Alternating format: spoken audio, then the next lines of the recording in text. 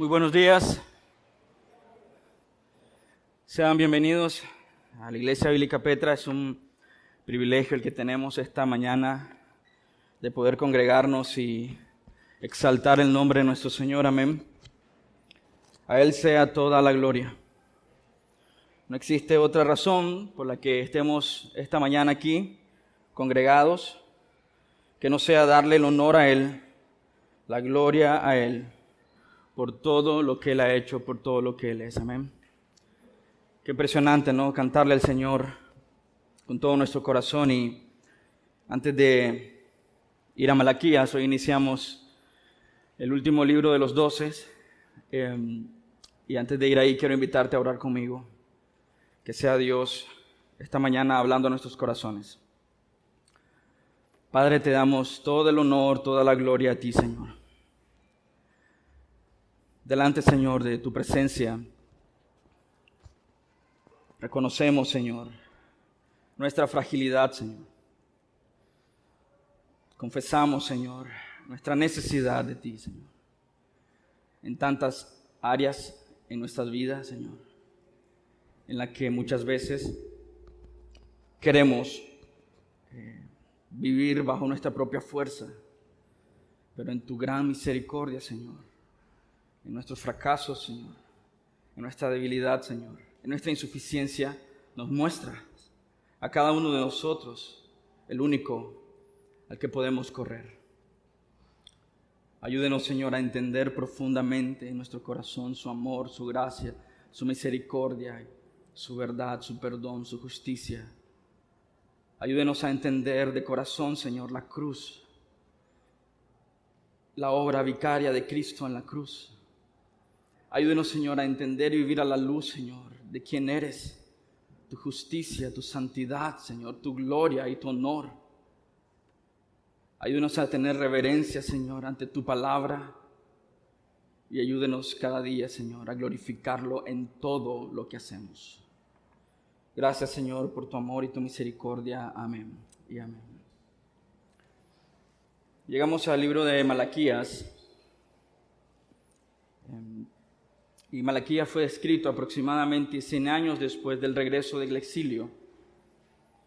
Encontramos a Malaquías después del libro de Nehemías, así que Nehemías puede darte un poco del contexto a lo que Malaquías vino a predicar, aunque el propio libro de Malaquías nos enseña la condición de Israel. Nehemías cuenta de la condición en el capítulo 13, cuando el pueblo se había desviado de los propósitos de Dios. Si tú lees Nehemías, encontrarás en el capítulo 8 un avivamiento en el pueblo de Israel. Está el sacerdote Esdras, dice, predicando durante una plataforma de madera al pueblo, y estuvieron ahí de pie, escuchando la palabra de Dios, escuchando la proclamación de Dios. Ellos estaban reconociendo su condición delante de un Dios santo. Estaban llorando, quebrantados delante de Dios, porque la palabra de Dios estaba siendo predicada. Y en los siguientes capítulos de Nehemías dice que el pueblo hizo un pacto con el Señor de no apartarse de la ley de Dios, de seguir los estatutos de Dios. Cuando seguimos la lectura de Nehemías hasta el capítulo 13, encontramos que el pueblo se había desviado y Nehemías nuevamente vuelve a hacer una reforma de regresar al fundamento. Han pasado 100 años el exilio, han pasado quizás aproximadamente 80 años después de la reconstrucción del templo, posiblemente unos 10 años después de la reconstrucción de los muros. Tienen el sistema del sacerdocio restablecido. Ahora piensen en esto, porque esto es muy importante. En el contexto de Malaquías, ellos tienen una ciudad reconstruida, tienen un templo reconstruido, tienen los muros reconstruidos, pero ¿qué falta? Si han puesto atención en toda la predicación de los profetas menores, y lo último que vimos en Zacarías, que vendría un rey, ¿no? Y esta nación sería próspera y las naciones vendrían a Jerusalén y un río saldría del monte del Señor, decía. Pero quizás por esa es la razón que el pueblo en Malaquías está apático a la gracia, a la bondad, al amor de Dios, porque son ágiles para sacar los puntos. El templo está reconstruido, el sistema de sacerdocio está funcionando, tenemos la muralla levantada, la ciudad está reconstruida. ¿Dónde está el rey que prometió? ¿Dónde está esa prosperidad que prometió? Sin embargo, no se daban cuenta de que su condición era por su propio pecado, como ya Ageo lo había dicho en el pasado. Vamos a ir al verso 1. Y dice así la palabra de Dios, acompáñenme. Dice capítulo 1, versículo 1. Este es el mensaje que el Señor dio a Israel por medio del profeta Malaquías. Aquí hay dos cosas muy interesantes en este pequeño verso. La palabra mensaje, como está traducido en la Nueva Traducción Viviente, o como lo traduce la Nueva Biblia de las Américas, oráculos, realmente en el sentido de la palabra es peso, carga. Es una carga espiritual. Y me preguntaba mientras estudiaba Malaquías, ¿por qué usaría este inicio así? Porque es una carga y un peso. Por supuesto, cuando leemos el libro entendemos que hay un peso de Dios, un peso por su pueblo, un peso para llamarlos a la santidad. Pero note que esta carga o este peso espiritual es dado a Malaquías, que significa mi mensajero, para proclamar un mensaje. Y cuando pensaba esto a la luz de lo que vamos a estudiar hoy, de la gloria, el amor de Dios, ese peso debe caer sobre nuestros corazones y llevarnos a examinar nuestras vidas a la luz de la palabra de Dios. No solamente era un peso para Malaquías de proclamar el mensaje del Señor, pero también era un peso para aquellos que escuchaban este mensaje y examinaban sus corazones. Podríamos pasar un buen rato en este texto examinando lo que dice ahí y sacando lo que está ahí para que nosotros podamos entender la necesidad que tenemos de evaluar nuestra vida a la luz de la palabra de Dios, y eso debe producir un peso, no en el sentido de una carga estorbosa que no nos permite avanzar, pero un peso profundo en nuestros corazones para vivir para su gloria y su honra. Cuando lees la Escritura, cuando lees la palabra de Dios, ¿qué produce la palabra de Dios en tu vida? La palabra nos enseña que es un espejo. La palabra de Dios es un espejo. Cuando lees la Escritura, ¿qué es lo que ves? ¿Qué es lo que ves? Un hombre humilde, quebrantado, un hombre que reconoce su necesidad y corre al trono de gracia, o ves a un hombre orgulloso, prepotente, jactancioso. ¿Ves tu pecado cuando vienes a la Escritura? ¿Ves tu condición delante de un Dios santo cuando te comparas con la Escritura? Pienso que en ese sentido viene esta carga y este peso sobre el pueblo de Israel. Una gran carga, un gran peso. Y como les decía, creo que el sentido de esta palabra, este oráculo, este peso espiritual, va a ser dejado caer sobre el pueblo para producir arrepentimiento. Arrepentimiento. Una vez más vemos a Dios buscando a su pueblo. Y tenemos un pueblo que sabe lo correcto en su mente. Tenemos un pueblo que está haciendo lo correcto. Más adelante vamos a ver, mientras avanzamos en Malaquías, que ellos están ofrendando, que ellos están dando los sacrificios, pero cuando vemos el trasfondo, están dando lo peor. No están interesados en dar lo mejor al Señor, pero sin embargo saben que tienen que ofrendar y lo hacen. Lo están haciendo, están siguiendo su rutina, pero otra vez su corazón está lejos del Señor. Y fácilmente podríamos juzgarles, ¿no? Y decir, ¿qué les pasa al pueblo de Israel? ¿Por qué son tan rebeldes? ¿Por qué son tan tercos, tan infieles? Pero simplemente la Escritura está reflejándote a ti y a mí, en mi rebelión, en mi terquedad, en mi apatía. Y nota esto para mí es sumamente sorprendente. Ellos ignoraban el amor de Dios en Malaquías. Ellos menospreciaban la adoración a Dios. Ellos eran apáticos e indiferentes. Y parece que estoy describiendo a alguno de ustedes. Eran infieles al Señor. Sí, pero estoy describiendo a Malaquías, ¿verdad? No se vayan a enojar aún. No he llegado a esa parte. Dios los llama al arrepentimiento porque les ama. porque les ama. Quiere afirmar a su pueblo. Quiere hacerlos volver a Él. Quiere que piensen en sus promesas. Quiere que piensen en su carácter. Y solo piensen esto, en la posición canónica, como lo vemos nosotros, en el canon como nosotros lo tenemos en nuestras Biblias. El profeta Malaquías es el último libro del Antiguo Testamento. Pone un peso sobre lo que va a pasar en los siguientes 400 años. No vendría un profeta como lo hemos visto hasta ahora. Hasta que sería levantado, ¿quién? Juan el Bautista. Dios está preparando a su pueblo con esta carga. Dios está preparando a su pueblo para volver a Él. Dios los llama al arrepentimiento. Él les vuelve a decir, habrá un momento, el día vendrá en que se levantará el sol de justicia y juzgará al impío, pero habrá redención para su pueblo. La palabra de Dios no debería ser una carga para nosotros. Sus leyes no deberían ser gravosas para nosotros, debería ser un deleite que endulza el corazón, que endulza nuestra vida. Entonces, mientras avanzamos en estos versículos, ten presente esto, que este es el peso que Dios quiere poner en tu corazón para llamarte a ti a la reflexión y a la examinación de tu vida a la luz de la palabra de Dios. Es mi oración y mi anhelo que hoy veamos en nuestras vidas Jeremías 23:29, que dice así: ¿no es mi palabra como el fuego?, declara el Señor, y como martillo que quebranta la piedra en pedazos. Me aferro a esta afirmación de Jeremías, confiando en que Dios quebrará nuestros corazones, humillará nuestro orgullo para que podamos amarle por lo que Él es.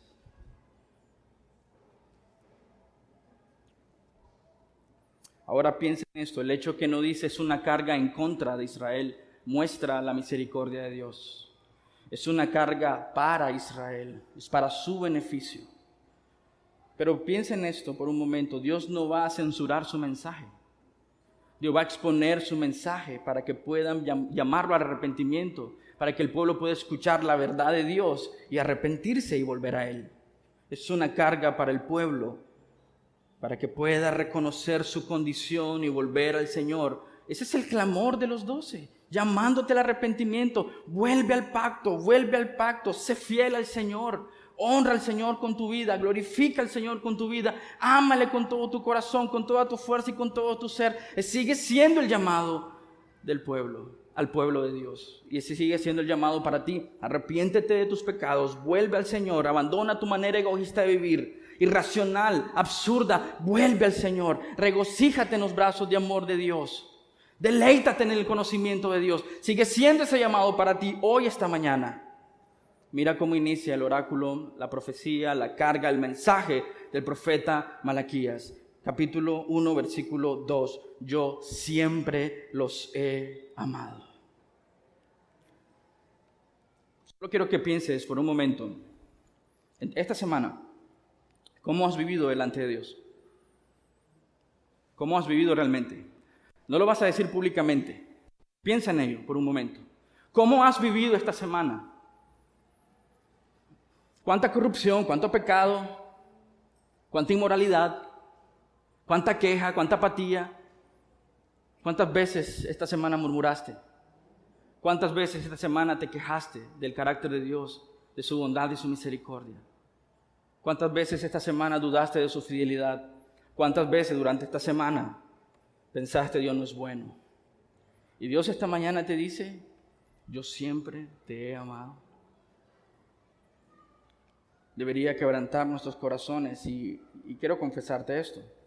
Mientras estaba estudiando este capítulo, pasó un momento en mi semana que yo no pude pasar de estos versos. Yo siempre te he amado. Y Dios trajo a mi memoria recuerdo tras recuerdo de mis fracasos, de mi autojusticia, de mi orgullo. Y fue inevitable para mí estar en mi oficina quebrantado delante de un Dios santo porque dice, yo siempre te he amado. ¿Cómo has actuado tú ante ese amor, ante esa gracia, ante esa misericordia, ante esa bondad? ¿Cuántas veces has escuchado lo mismo? Arrepiéntete, vuélvete al Señor, pero sigues viviendo tu manera como te place. Y Dios dice, yo siempre te he amado. yo siempre te he amado. Esta semana, mientras estudiábamos la Biblia con nuestros hijos, nuestro hijo Benjamín, yo tengo 3 hijos, Benjamín es el más pequeño, siempre hace preguntas. Bueno, todos hacen preguntas, pero a él le encanta hacer preguntas. Y levanta su mano mientras estábamos en la mesa hablando de la escuela, de la lección de Petra Kids. Levanta su mano y me dice, papá, me dice. Bueno, pasó en la semana con su mamá, le dice, pero ¿por qué? En la forma en como él habla, que ustedes saben es súper divertido. Pero ¿por qué el Señor es tan bueno y Israel es tan petayoy? Dice, porque el Señor no lo aplasta. Y su mamá le dijo, Benjamín, por la misma razón por lo que no lo ha hecho con nosotros, porque es grande su amor y su misericordia. Y ayer, mientras repasábamos la lección, levantó su mano nuevamente y él dijo, tengo una pregunta. Dice, si el Señor nos ama tanto, dice, ¿por qué pecamos tanto? Y yo le dije, ahí está la pregunta, Benjamín. Diste en el clavo, porque no hemos entendido el amor de Dios. Por esa razón nos importa poco su grandeza, nos importa poco su gloria, nos importa poco su amor, y preferimos vivir en la corrupción de nuestro pecado porque no hemos entendido su amor y su misericordia. No lo hemos entendido, no lo hemos comprendido, no ha capturado nuestra mente, no ha capturado completamente nuestro corazón. Sin embargo, usamos el amor de Dios como un pretexto para seguir pecando. Dios nos ama, como vivamos y como nosotros querramos. Ese es el mensaje que nuestra cultura reconoce. Dios es amor, no importa cómo vivas. No has entendido la profundidad de sus palabras cuando Él dice, yo siempre los he amado. Yo siempre los he amado. El entendimiento correcto del amor de Dios traerá humillación y quebranto a tu vida. No orgullo. Y pienso en esto, qué ignorantes somos los creyentes, ¿no? Porque cuántos creyentes son reconocidos como orgullosos, arrogantes, jactanciosos. ¿Y de qué nos jactamos? No hemos conocido a Dios. Y este es mi pensamiento principal mientras avanzamos en la prédica. No deberíamos ser orgullosos, ni luchar con vanagloria, ni autosuficiencia, ni autojusticia. Porque cuando reconoces el amor de Dios para con nosotros, en lugar de levantarse orgullo y ego, debe quebrantar nuestro corazón. Y eso es la forma en cómo Malaquías inicia su mensaje, diciéndole a su pueblo, yo siempre los he amado. Qué profundas son estas palabras. Y permítame salirme un momento del contexto solamente para decirte esto. Piensa en los momentos en los que te sientes solo, triste, abatido, desilusionado, fracasado, decepcionado, desechado. Y Dios te dice, yo siempre te he amado. ¿Cómo luchamos, no? Por la aprobación de los demás. Cómo nos encanta que la gente nos aplauda, cómo nos encanta que la gente haga un buen cumplido. Y mira, ese cumplido tan precioso y tan hermoso debería humillar nuestro corazón. Porque inmediatamente tienes que pensar cómo yo he respondido a ese amor tan grande. ¿Cómo lo he hecho? Él me ha amado con un amor profundo. Para aquel que está a punto de tirar su toalla, Dios te dice, yo siempre te he amado. Incluso piensa en la bondad de Dios en el contexto. Dios le dice a su pueblo, yo siempre te he amado a un pueblo que lo desprecia una y otra vez. Están en pecado. Si yo le hubiese preguntado al pueblo de Israel en ese momento, antes de que Malaquías empezara a predicar, pueblo, ¿cómo están? Posiblemente, casi estoy 100% seguro que su respuesta hubiera sido, estamos súper bien, estamos bien. Solamente un poco decepcionados porque Dios no nos ha dado lo que prometió, pero estamos bien. Estamos haciendo nuestro trabajo, estamos trayendo las ofrendas, estamos ofrendando como dice la Escritura, estamos leyendo la palabra como dice la Escritura. Estamos bien, pero en la profundidad de su corazón está la realidad de quién realmente son. Quizás esto no es tan importante en este momento mencionarlo, pero quiero mencionárselo porque me impacta lo que ellos escucharon cuando Malaquías dijo, Dios siempre los he amado, yo siempre los he amado. Por supuesto, el pueblo entendió que era Dios hablando a ellos.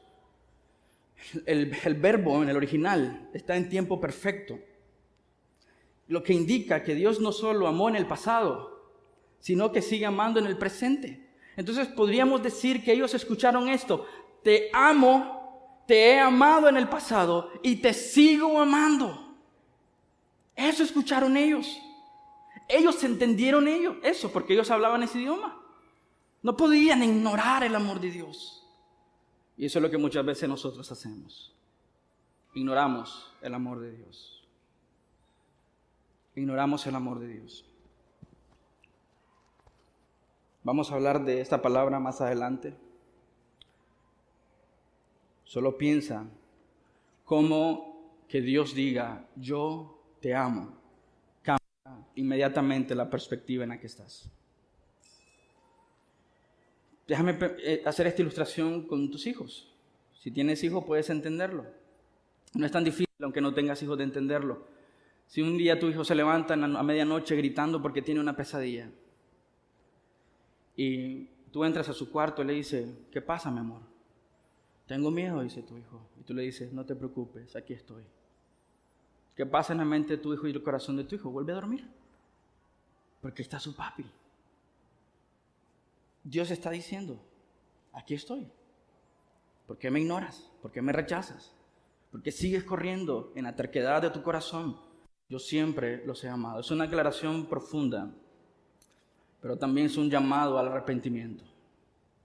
Esa simple palabra de decir yo siempre te he amado es una carga sobre el corazón porque debe llevarnos a la reflexión. ¿Realmente nosotros estamos amándole a Dios como decimos, como hemos dicho?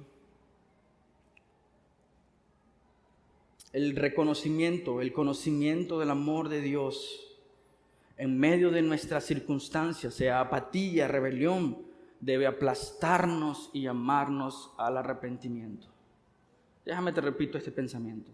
El conocimiento verdadero y auténtico del amor de Dios, en lugar de alentarme a vivir en el pecado, en lugar de irme por el libertinaje, en lugar de eso, en medio de nuestra apatía, rebelión, en medio de nuestras depresiones y nuestro fracaso, debería empujarnos, aplastarnos. Por eso es una carga y un peso, y llevarnos al arrepentimiento. No ignores, no minimices, no desprecies el hecho de que Dios ama a su pueblo, a sus hijos.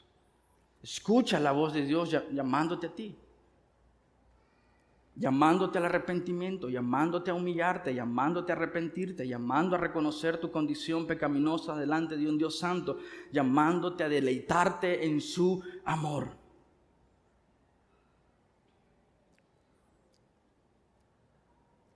Por supuesto, la declaración de amor de Dios demanda una respuesta de nosotros hacia Él. Dios no dice estas palabras en el vacío. No está tratando de ser poético ni romántico. Está haciendo una declaración que demanda examinar tu corazón y demanda una respuesta. ¿Cómo tú estás viviendo tu vida? Creo que estos son dos de nuestros mayores problemas en la vida cristiana. Número uno, perdemos demasiado rápido el asombro, la admiración y el deleite por Dios. Lo perdemos demasiado rápido. Demasiado bullicio distrae nuestro corazón y nuestra mente. Lo perdemos demasiado rápido. Y número dos, olvidamos demasiado rápido lo que Dios ha hecho. Por consecuencia, por consiguiente, perdemos de vista lo que solo Dios puede hacer. Y por eso, generalmente, cuando las circunstancias son muy difíciles en nuestra vida, andamos como gallinas sin cabeza, que no sabemos qué hacer. Es que no hemos conocido a Dios. Es que no hemos entendido su amor, su protección, su cuidado. ¿Cómo responde el pueblo de Israel? Dice el verso 1, yo siempre los he amado, dice el Señor. Sin embargo, ustedes replican, ¿de veras? ¿De veras, Señor? ¿Ya notaste cómo estamos? ¿Ya notaste la condición de nuestro país? ¿De veras nos amas? Similar a lo que quizás muchas veces nosotros hemos dicho. ¿Ya notaste, Señor, que no tengo trabajo? ¿Ya notaste, Señor, que mi mamá está en el hospital, que mi papá está enfermo? ¿Te diste cuenta que un familiar muy cercano murió? ¿Ya te diste cuenta, Señor? No, podríamos decir, wow, qué impresionante Israel. Así fue lo que pasó en el corazón de mi hijo menor. ¿Por qué? Si Dios es tan bueno, ¿por qué no los aplasta ya? Pero claro, su razonamiento teológico estaba bien, solo que le faltó avanzar un poco más en reconocer que Él es igual a Israel. Y tú y yo también lo somos. Pero antes de criticar a Israel, solo déjame darte un poco más contexto, pensando otra vez. Cuando ellos leen, no voy a leer todos estos pasajes, bastante lectura.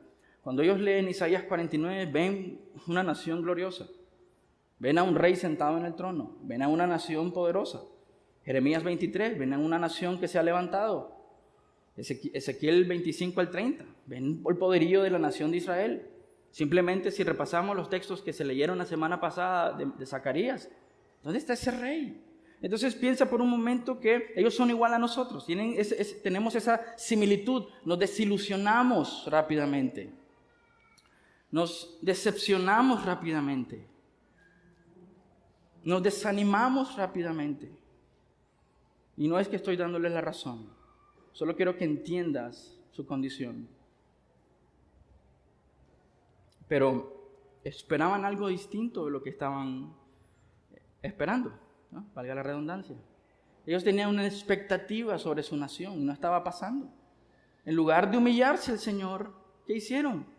Se volvieron fríos y apáticos y religiosos. Vamos a continuar haciendo esto, pero Dios nos ha fallado, Dios nos ha decepcionado. ¿Dónde está el rey? ¿Dónde está el trono? ¿Dónde está esta nación gloriosa? Puede seguramente pasarte a ti. Pero antes de que continuemos, déjame preguntarte algo. ¿De qué manera tú te sientes amado? ¿De qué manera tú dices, yo me siento amado?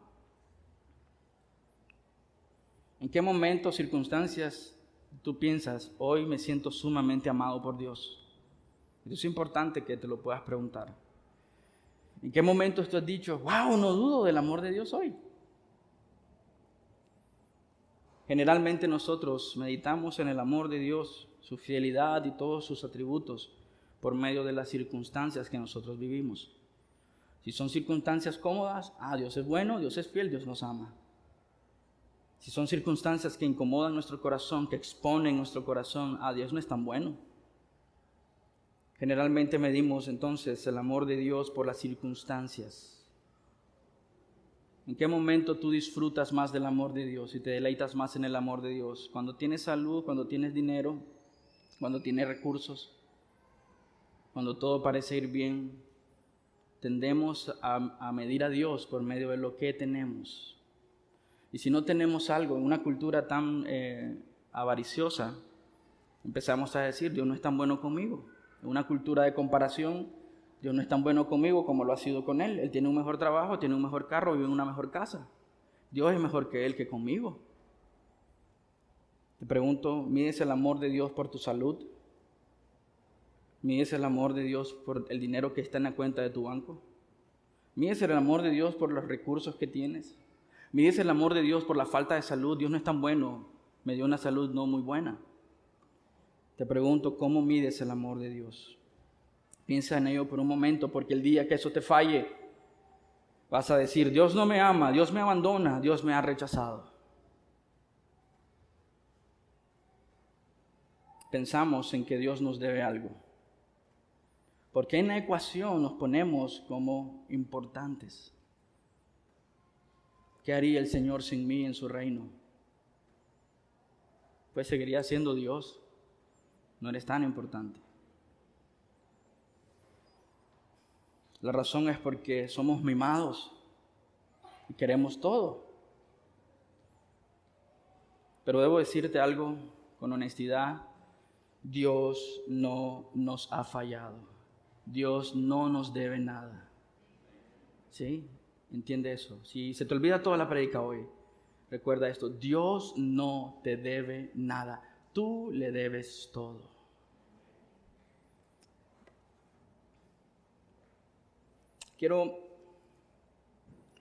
Esta prédica es de un solo punto, ¿ok?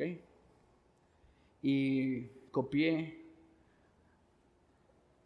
porque pienso que el enfoque de Malaquías es que tú puedas disfrutar el amor de Dios y deleitarte en el amor de Dios.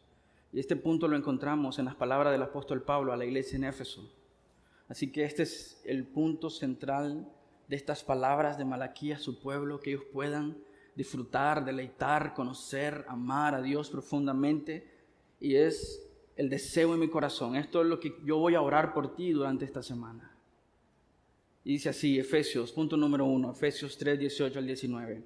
Espero que puedan comprender, como corresponde a quien dice, a todo el pueblo de Dios, cuán ancho, cuán largo, cuán profundo es su amor. Es mi deseo que experimenten el amor de Cristo, aun cuando es demasiado grande para comprenderlo todo. Entonces serán completos con toda plenitud de la vida y el poder que proviene de Dios. Déjame decirte un par de preguntas. Entonces, ¿por qué vives con tanta apatía e indiferencia en la iglesia?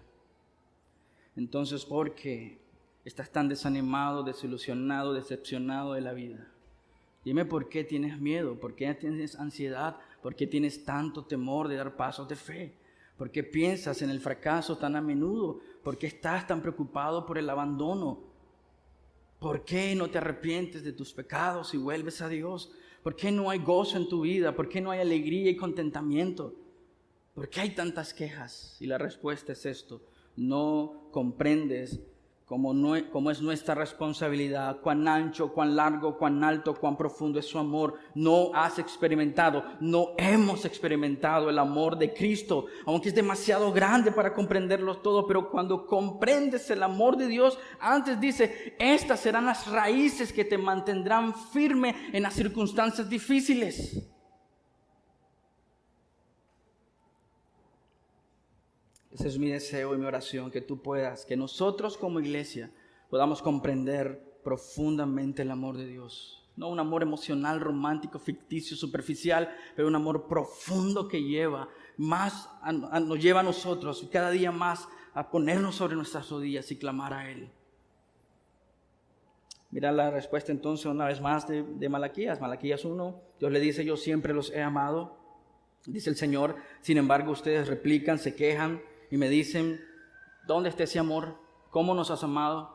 Empezamos a ver nuestras circunstancias y decimos, mira Señor, sí, está bonito todo tu mensaje y todo eso, pero mira, no somos la nación que prometiste. Estamos luchando. ¿Qué pasa con tu amor? Y el Señor les dice, ¿cómo nos has amado, Señor? Ponen a prueba el amor y la bondad de Dios, como quizás muchos de nosotros hemos hecho.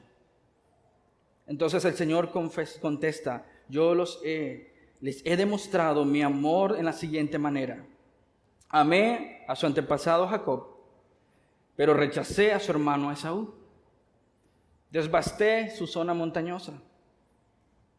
Convertí la herencia de Esaú en un desierto para chacales. Los descendientes de Esaú en Edom podrán decir, hemos sido destrozados, pero reconstruiremos las ruinas. No obstante, el Señor de los ejércitos celestiales responde, puede ser que intente reconstruirlas, pero yo las derribaré de nuevo. Su país será conocido como tierra de perversidad y su pueblo será llamado el pueblo con quien el Señor está siempre enojado. Que cuando vean esto, la destrucción con sus propios ojos, dirán, verdaderamente la grandeza del Señor se extiende más allá de las fronteras de Israel. Si pensamos en la forma en cómo Dios responde a Israel, podríamos pensar que un poco extraña su respuesta, ¿no?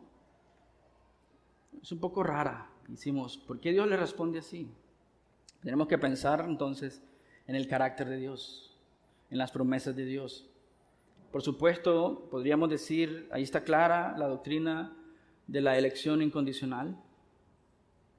Ahí está claro cuando Dios, la predestinación que Dios escoge.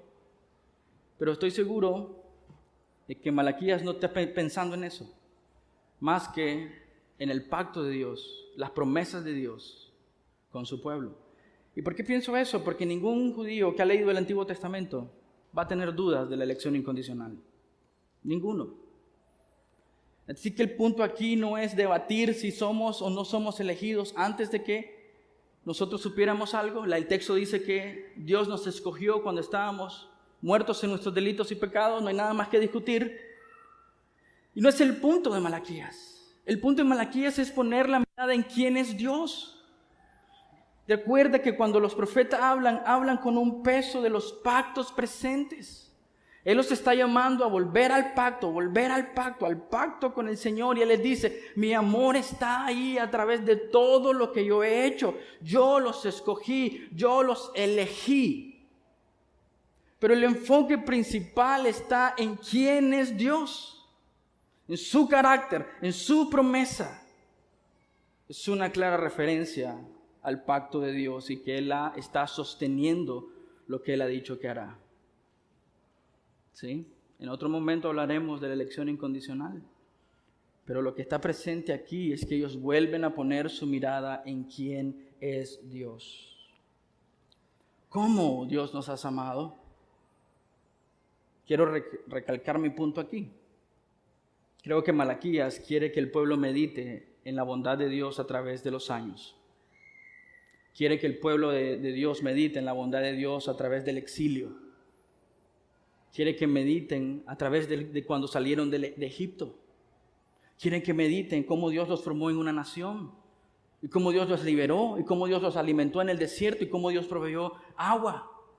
Ellos quieren que mediten en toda su historia, poniendo su mirada en quién es Dios. Ese es el punto que considero es central. Ellos quieren que entiendan que Dios les ama.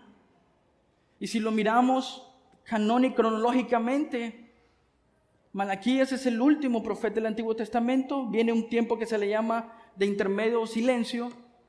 Está preparando el corazón de su pueblo para confiar en quién es Él. Quizás pueda estar equivocado en este pensamiento, pero ellos no están preocupados si son electos o no. Ellos saben que son electos. No es una preocupación teológica doctrinal.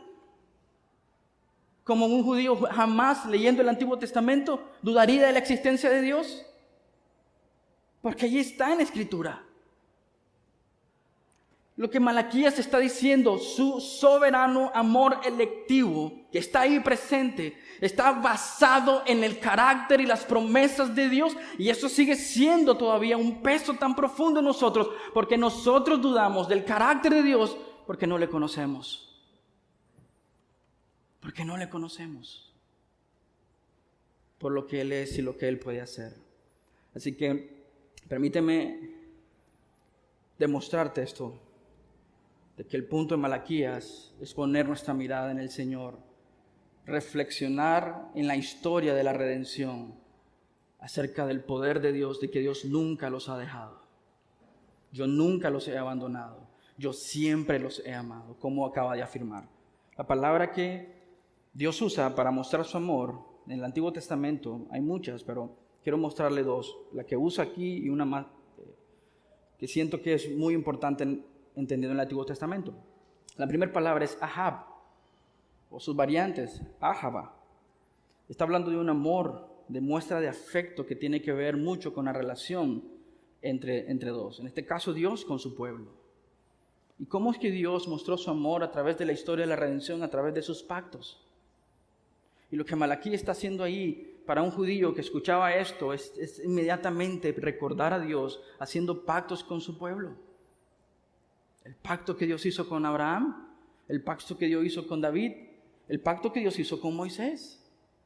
Está basada en una relación pactual. Y les dice, pongan su confianza y su mirada. Y por eso más adelante Malaquías los invita a obedecer y regresar a la ley de Dios. Mira lo que dice Malaquías 4, versículo 8. Acuérdense de obedecer la ley de Moisés, mi servidor, todos los decretos y las ordenanzas que les entregué en el monte Sinaí. Es un regresar al pacto.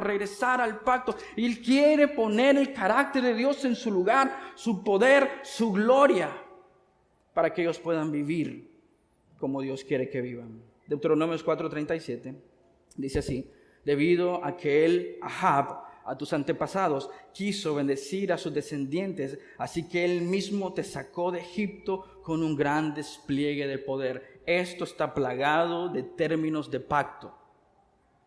Esa es su posición.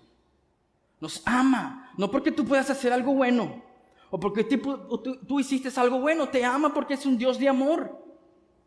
Antes de que pudieras nacer, y de hecho el apóstol Pablo usa esto en Romanos capítulo 9 para decirnos: ¿podrá decirle el barro al alfarero qué es lo que tiene que hacer? De ninguna manera.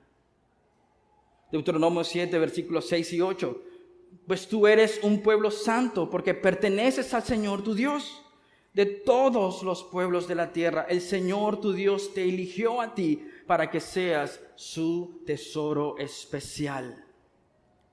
El Señor no te dio amor, ni te eligió porque eras una nación más numerosa que las otras naciones, pues tú eras la más pequeña de todas. Más bien fue sencillamente porque el Señor Ahab, el Señor ama y estaba cumpliendo el juramento, su pacto, sus promesas que Él les había dicho a tus antepasados. Por eso te rescató con mano poderosa de la esclavitud y de la mano opresiva del faraón del rey de Egipto.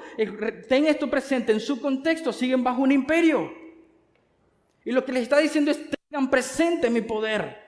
A lo largo de la historia he mostrado mi poder. No ha habido ni habrá ningún imperio humano que pueda derrocar o quitarle el poder a Dios. Eso está grabando en sus corazones. Pero notas eso que dice: eras una nación pequeña. No te escogí por tu valor, o por la cantidad, o por tus recursos.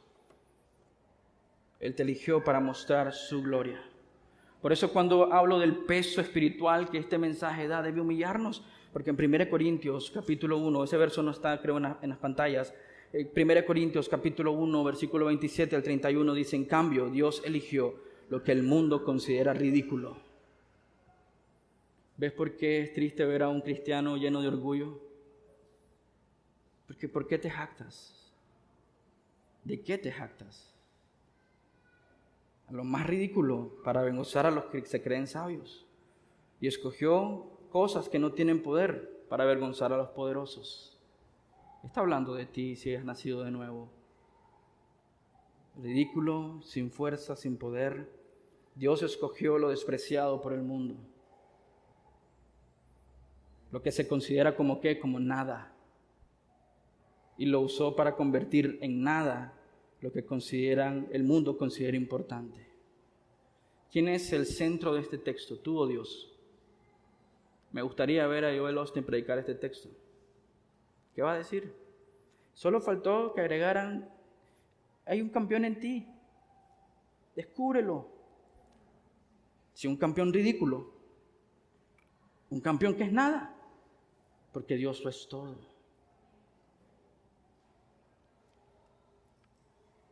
Como resultado, dice 1 Corintios 1:29, nadie puede jamás, me encanta esta construcción, nadie puede jamás jactarse en presencia de Dios. Nadie. Deuteronomio 6, el reconocido Shema. Escucha, Israel.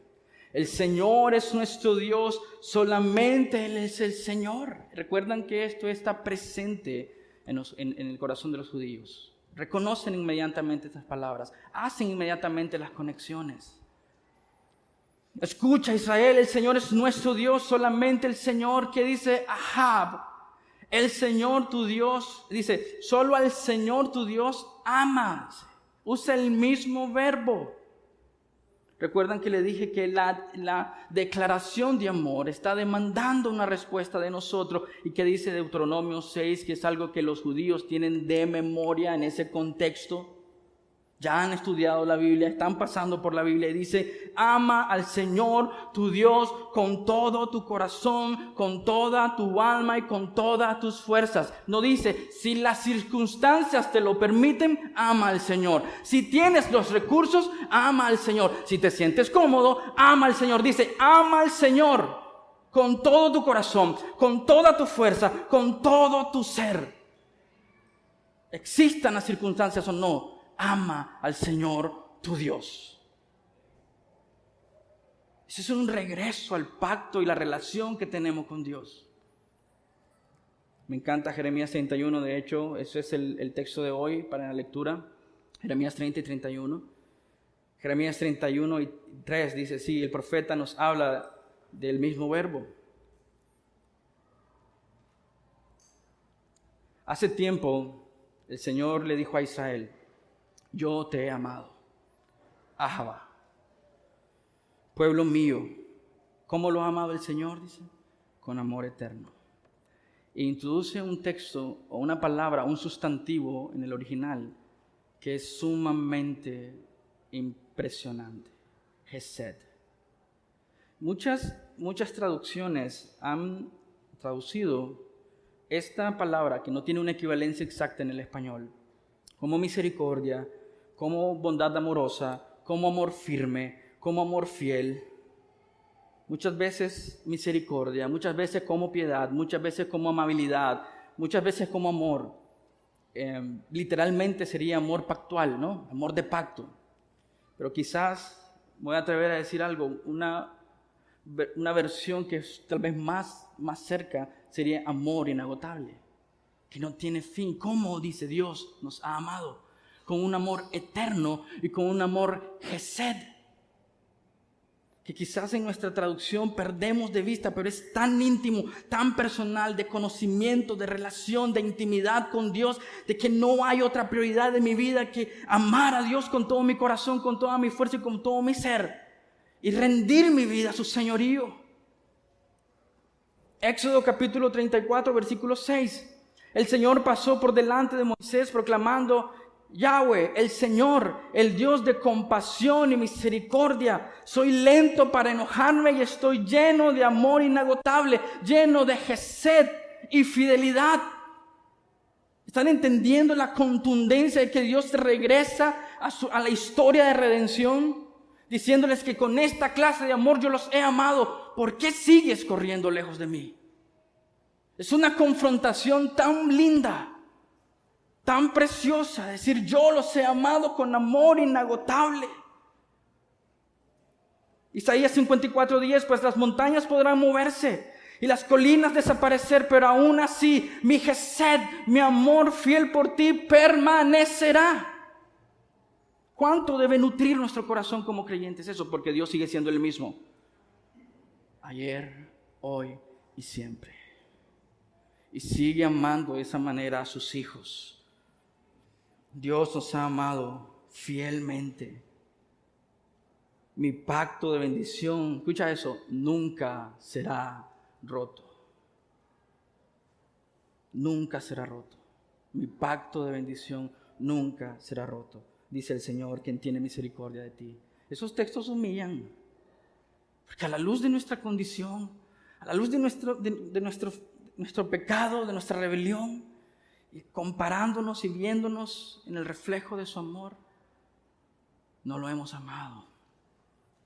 Como la Escritura nos demanda, ama al Señor. Miqueas capítulo 7, versículo 20, nos mostrará tu fidelidad y tu Hesed, tu amor inagotable. Como que dice, como lo prometiste hace mucho tiempo a nuestros antepasados Abraham y Jacob. Eso es lo que Malaquías está haciendo. Y lo que Dios está haciendo es recordar quién es Él, para que cuando vengan los tiempos de dificultad puedas sostenerte en el amor de Dios, no en las circunstancias. Como lo prometiste, Señor, como lo prometiste. Esdras capítulo 3, versículo 11. Con alabanza y agradecimiento entonaron el siguiente canto al Señor. Él es tan bueno. Su fiel amor, Hesed, por Israel permanece para siempre. Salmo 145, 8. El Señor es misericordioso y compasivo, lento para enojarse, lleno de Hesed, amor inagotable. Es como que subiéramos al ring con Dios. Y todos estos textos empiezan a venir y Dios empieza a golpearnos por todos lados. No podemos ni movernos. Esa es la carga y el peso espiritual que Malaquías quiere dejar caer sobre su pueblo. Al ver la grandeza de su amor y ver nuestra condición, debería producir quebranto en nuestros corazones. Cómo Dios nos ha mostrado su amor.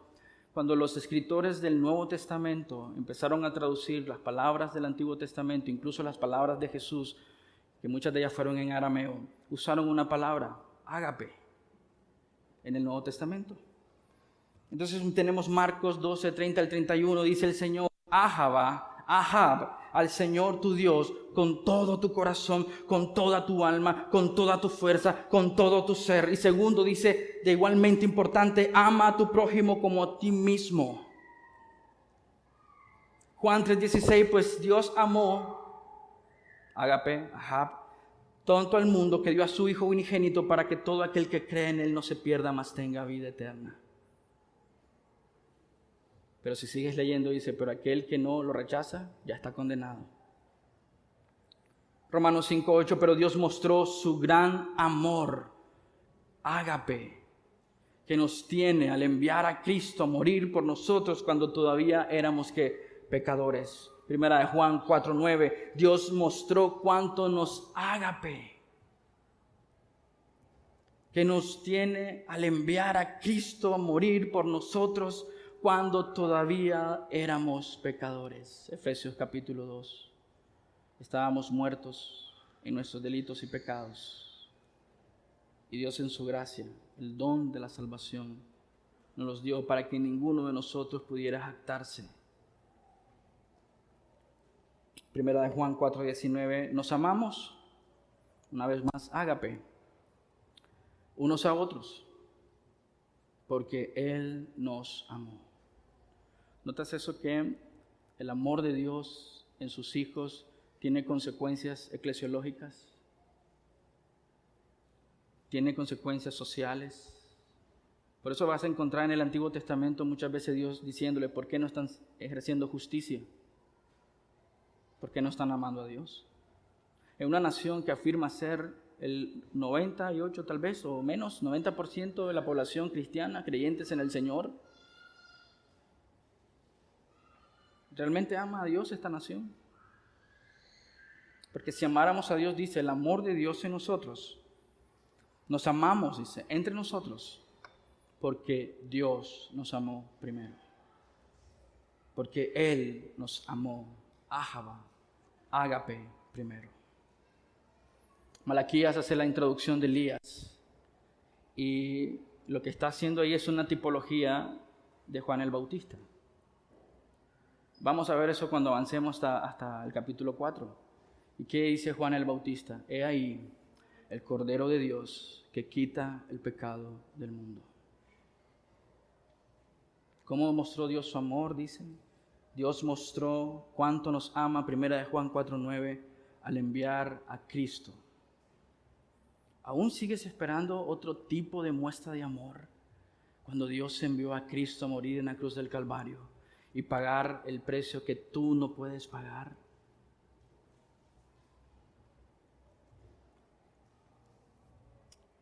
Para terminar, hagamos una pequeña conclusión aquí. Dios nos ha amado con un amor puro, libre, soberano y pactual, que no depende de nuestra capacidad, fuerza, incluso de nuestra intención. Dios nos ama soberanamente, libremente, electivamente, porque a Él le plació hacerlo. Él quiso hacerlo. Un amor que está basado en su carácter y no en el nuestro. Un amor que está basado en sus promesas. Un amor que está lleno de gracia y de bondad. Un amor que tú y yo no merecemos. Dios nos ha amado para entender y comprender la grandeza de su amor y llevarnos al orgullo, a la jactancia, a la arrogancia. No, llevarnos al quebranto y a la humildad. Iglesia, si tú realmente reconoces el amor de Dios, serás más rápido para ir y correr y humillarte ante el trono de gracia. Y número 3, Dios nos ha amado para que nosotros le demos gloria a su nombre. Él escogió a lo menospreciado de este mundo para la gloria de su nombre. Él escogió a los que no son nada de este mundo para la gloria de su nombre. Permíteme terminar con un texto. ¿Qué es lo que Dios requiere hoy de ti? Deuteronomio 10, 12 al 13. Y ahora, Israel, ¿qué requiere el Señor tu Dios? Solo requiere que temas al Señor, tu Dios, que vivas de la manera que le agrada y que lo ames y lo sirvas con todo tu corazón y con toda tu alma. Una vez más, Dios quiere que tengamos temor de Dios, de Él, que vivamos a la manera en que a Él le agrada, no a tu manera, no a tu forma, a su manera, y que dice, y que lo ames. Regresamos al primer versículo de Malaquías 1:2. Yo siempre los he amado. Y si realmente has entendido el amor de Dios, hay una reciprocidad hacia Dios. Te amamos, Señor, porque tú nos amas. Y los vicios de este mundo, los pecados de este mundo son tan insignificantes comparados con la grandeza de tu amor. Yo los he amado, dice el Señor. Y nosotros respondemos, Señor, en temor, en reverencia y amándolo a Él con toda nuestra fuerza y con todo nuestro ser, para la gloria de su nombre. Debes obedecer siempre los mandatos y los decretos del Señor que te entrego hoy por tu propio bien. Un regreso al pacto. La ley de Dios no es gravosa, es dulce para aquellos que aman al Señor. ¿Tú le amas al Señor? ¿Le amas al Señor? ¿Con toda tu fuerza, con todo tu ser? Que Dios diga, yo siempre te he amado, es una demanda hacia nosotros. ¿Cómo responderás tú? Jesús dijo, ama al Señor tu Dios con todo tu corazón y con toda tu fuerza. ¿Qué estás haciendo tú hoy? ¿Cómo estás viviendo? Si te vuelves a poner frente al espejo de su palabra, ¿qué miras? ¿Un hombre humilde y quebrantado o un hombre soberbio y lleno de orgullo? Lleno de conocimiento, pero muerto espiritualmente.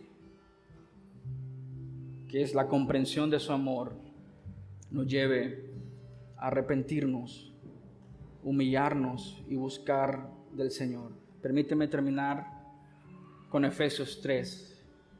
Espero que puedan comprender cómo corresponde a todo el pueblo de Dios cuán ancho, cuán largo, cuán alto y cuán profundo es su amor. Es mi deseo que experimenten el amor de Cristo, aunque es demasiado grande para comprenderlo todo. Entonces serán completos con toda la plenitud de vida y el poder que proviene de Dios. Y les hago esta pregunta rápidamente. ¿Quién no quiere vivir con la plenitud de vida y el poder de Dios? ¿Qué necesitas hacer? Es conocer y entender profundamente el amor de Cristo. Y entender esto te va a llevar a tus rodillas, porque vas a reconocer tu condición delante de un Dios santo.